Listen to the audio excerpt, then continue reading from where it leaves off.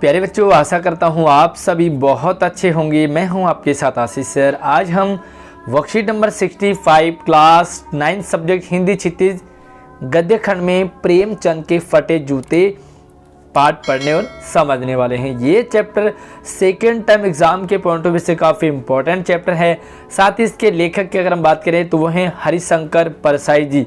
और इस पाठ के माध्यम से हरिशंकर परसाई जी ने दिखावे के ऊपर, शोभ के ऊपर करारा व्यंग्य किया है। आजकल लोग हकीकत की दुनिया से दूर और दिखावे की ओर ज़्यादा अट्रैक्ट होते हैं, आकर्षित होते हैं और दिखावे में ही ज़्यादा जीते हैं। चाहे घर में कुछ भी ना हो खाने का, लेकिन बाहर शोप ज़्यादा करते हैं। तो चलिए देखते हैं क्या कुछ इस पाठ में है। आगे बढ़ने से पहले वीडियो को लाइक करके अपने सभी दोस्तों को शेयर कर दीजिए। साथ ही नई नई अपडेट लगातार सबसे पहले आपके पास आती रहे। चैनल को सब्सक्राइब करने के साथ साथ और नोटिफिकेशन को ज़रूर ऑन कर लीजिए। तो चलिए शुरू करते हैं वर्कशीट को। और ये है आपके पास एक गद्य। प्रेमचंद का एक चित्र मेरे सामने है, यानी कि हरिशंकर परसाई जी किसी चित्र की तरफ देखते हुए कहते हैं कि प्रेमचंद का एक चित्र, एक फ़ोटो मेरे सामने है। पत्नी के साथ फ़ोटो खिंचा रहे हैं और चित्र में क्या दिखाई दे रहा है कि वो अपनी बीवी पत्नी के साथ फ़ोटो खिंचा रहे हैं। सिर पर किसी मोटे कपड़े की टोपी है। जो सिर पर टोपी है वो मोटे कपड़े की है। अगर मैं इस टोपी की बात करूँ तो ये एक इसे हम कह सकते हैं कि मॉडर्न टोपी है, बट उनके सर पे मोटे कपड़े की टोपी है। जैसे कि गांव में आपने देखा होगा खूब सारा लपेटे हो जाते हैं। कुर्ता और धोती पहने हैं। और क्या पहना है? कुर्ता पहना है और नीचे धोती पहनी है। कनपटी पिचकी है, यानी कि जो गाल हैं वो पिचके हैं, बिल्कुल आप कह सकते हैं। गालों की हड्डियां उभर आई है और जो गालों पे ना वो हड्डियां दिखाई दे रही हैं, पर घनी मूछें चेहरे को भरा भरा बतलाती हैं। मूछें बड़ी बड़ी हैं, घनी घनी है, तो जो कमजोरी है वो मूछें ढक देती है। तो प्रेमचंद का स्ट्रक्चर, और मैं आपको प्रेमचंद के बारे में बता दूं, प्रेमचंद हमारे एक महान उपन्यास का लेखक, सम्राट, उपन्यास सम्राट के नाम से जाने जाते हैं। तो उन्हीं का यहाँ पर चित्र खींचा गया है। पाँव में कैनवस के जूते हैं। कैनवस एक कंपनी है, तो जो पाँव में वो कैनवस के जूते हैं जिनके बंद बेतरतीब बंद है। बंद यानी कि लेस, जो वो होते हैं, इनके धागे होते हैं तो बेतरतीब, यानी कि यहाँ का धागा वहाँ, वहाँ का वहाँ, मतलब सीरियल वाइज जब जूते के धागे बांधे होते हैं, यहाँ से वहाँ, यहाँ से वहाँ, ऐसे ही नहीं, बल्कि यहाँ का धागा उधर बांधा, उधर का उधर, अजीब से धागे उसके बंधे हैं। लापरवाही से उपयोग करने पर बंद के सिरों पर की लोहे की पतरी निकल जाती है और छेदों में बंद डालने में बड़ी परेशानी होती है। तो जब हम लापरवाही से बंद, वो जो आपने देखा होगा दो धागों के आगे, यानी कि जो लेस के आगे एक थोड़ा सा हार्ड सा होता है, जिसके कारण वो छेद में आसानी से चला जाता है। तो जब ज़्यादा टाइम हो जाता है या हम केयर नहीं करते तो वो क्या हो जाता है, बाहर से निकल जाता है तो दिक्कत हो जाती है। अब वो छेद में घुसेगा नहीं, तो छेद में घुसाने के लिए उसके आगे थोड़ा सा नुकीला होना बहुत ज़रूरी है। तब बंद कैसे भी कस लिए जाते हैं और जब वो उस छेद में जाएगा नहीं तो किसी भी तरीके से भाई यहाँ वहाँ जहाँ बांध दिया जाता है।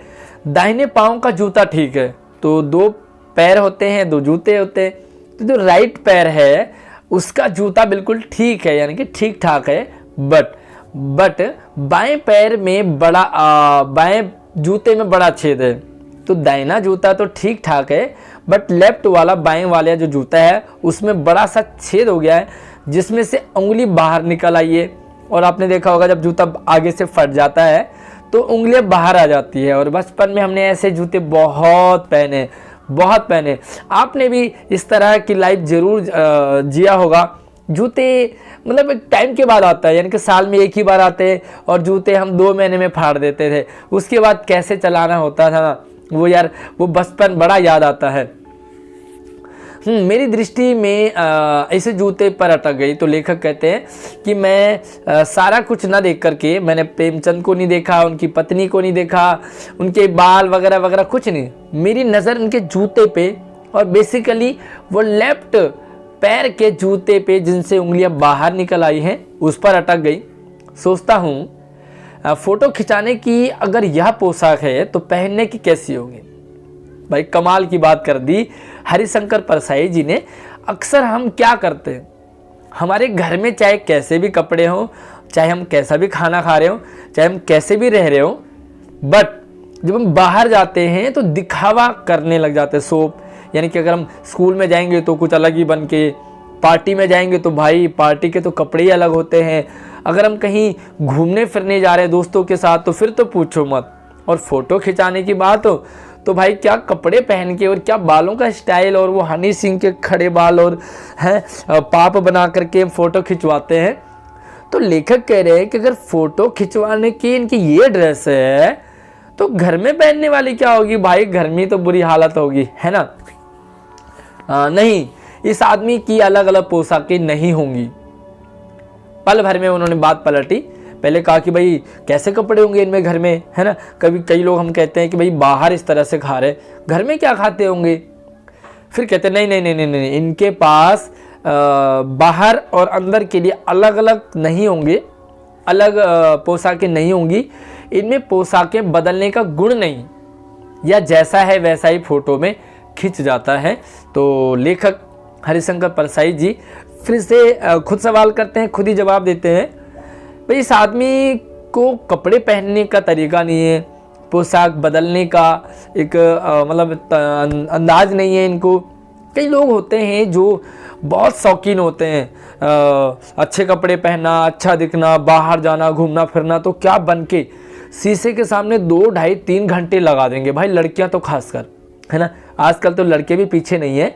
तो आप मुझे ज़रूर अपना एक्सपीरियंस बताएं कि क्या होता है जब आप शीशे में तैयार होते हैं तो कितना टाइम लगाते हैं। ईमानदारी से बताना, कोई इसमें चीटिंग नहीं होगी। तो कहते हैं कि भाई नहीं नहीं, इस आदमी के बाद 2 ड्रेसें नहीं होंगी, सेम ऐसी होंगी, जैसा बाहर है वैसा ही अंदर ही है, और ये सोप नहीं करते होंगे। तो इसका ये मतलब है। चलिए आगे देखते हैं क्या इसके कुछ प्रश्न उत्तर हैं। और मेन जो आपका बेसिकली आपको समझने वाला है वो इसी चैप्टर में आपको समझ आ गया। अब हम देखते हैं भाई लेखक के सामने क्या है। पहला सवाल है कि लेखक के सामने क्या है। प्रेमचंद का एक चित्र है, तालाब है, जूते का चित्र है, या एक नदी है। तो लेखक के सामने क्या है, अगर मैं इसका आंसर दूं तो भाई पहला ही आपका कि लेखक के सामने प्रेमचंद का चित्र है, फोटो है ना। गद्यांश में कौन क्या कर रहे हैं, तो गद्यांश में प्रेमचंद पत्नी के साथ फोटो खिंचवा रहे हैं। सिंपल सा सवाल है, सिंपल सा, इसका आंसर आराम से आप कर लोगे आई होप। अगला सवाल है गद्यांश में प्रेमचंद किस वेशभूषा में दिखाई दे रहे हैं। तो 2 लाइनें आपने 3 लाइनें इसकी लिखनी है कि गद्यांश में प्रेमचंद जी सादगी में दिखाई दे रहे हैं, सादे वेशभूषा में दिखाई दे रहे हैं। टोपी है, कनपट्टी पिचकी हुई है, साथ में धोती पहनी है, कुर्ता पहना है, और जूते पहने हैं, जो कि जूते किस तरीके से बंधे हैं, बेतरतीब उनके लेस बंधे हैं। साथ में जो दाहिने पैर का जूता है वो ठीक है, लेकिन बाएं पैर का जूता फटा हुआ है। आसान रहेगा। चौथा है नहीं, इस आदमी की अलग अलग पोशाकें नहीं होंगी, इसमें पोशाकें बदलने का गुण नहीं है। यहाँ किसके बारे में बताया जा रहा है, तो भाई आसान सा है, यहाँ पर प्रेमचंद के बारे में बताया गया है। तो आंसर घ इसका करेक्ट आंसर है। और अगला है गद्यांश में जूतों के बारे में क्या बताया गया है, बाएं जूते में क्या परेशानी है। तो पूरा आंसर लिखोगे गद्यांश में जूतों के बारे में बताया गया है कि प्रेमचंद के कैनवस के जूते, पहली बात। दाहिने पैर का यानी कि राइट पैर का जूता बिल्कुल ठीक है, लेकिन बाएं पैर का जूता फटा है, जिसमें से उंगली बाहर दिखाई दे रही है। तो ये आपका वर्कशीट, आज की वर्कशीट कंप्लीट होती है। तो आई होप आपको वर्कशीट अच्छे से समझ आ गया होगा। अगली वर्कशीट आपको और मज़ा आएगा। तो चलिए मुझे ज़रूर कमेंट करके बताना भाई कि आप शीशे में देख करके कितना टाइम लगाते हैं तैयार होने में। साथ ही आपके पास बाहर जाने के लिए, जब भी आप शादी पार्टियों में बाहर के लिए कितने कपड़े हैं, कितने जोड़ी कपड़े हैं, उनको कितना यूज़ करते हैं आप। तो यार मुझे ज़रूर कमेंट करके बताएं कि जब भी आप बाहर जाते हैं आप किस किस तरीके की यानी कि कौन सी बातों का आप ध्यान रखते हैं। तो चलिए वीडियो को शेयर कर दीजिए, और चैनल पर पहली बार आए तो सब्सक्राइब करना बिल्कुल ना भूलिए। धन्यवाद।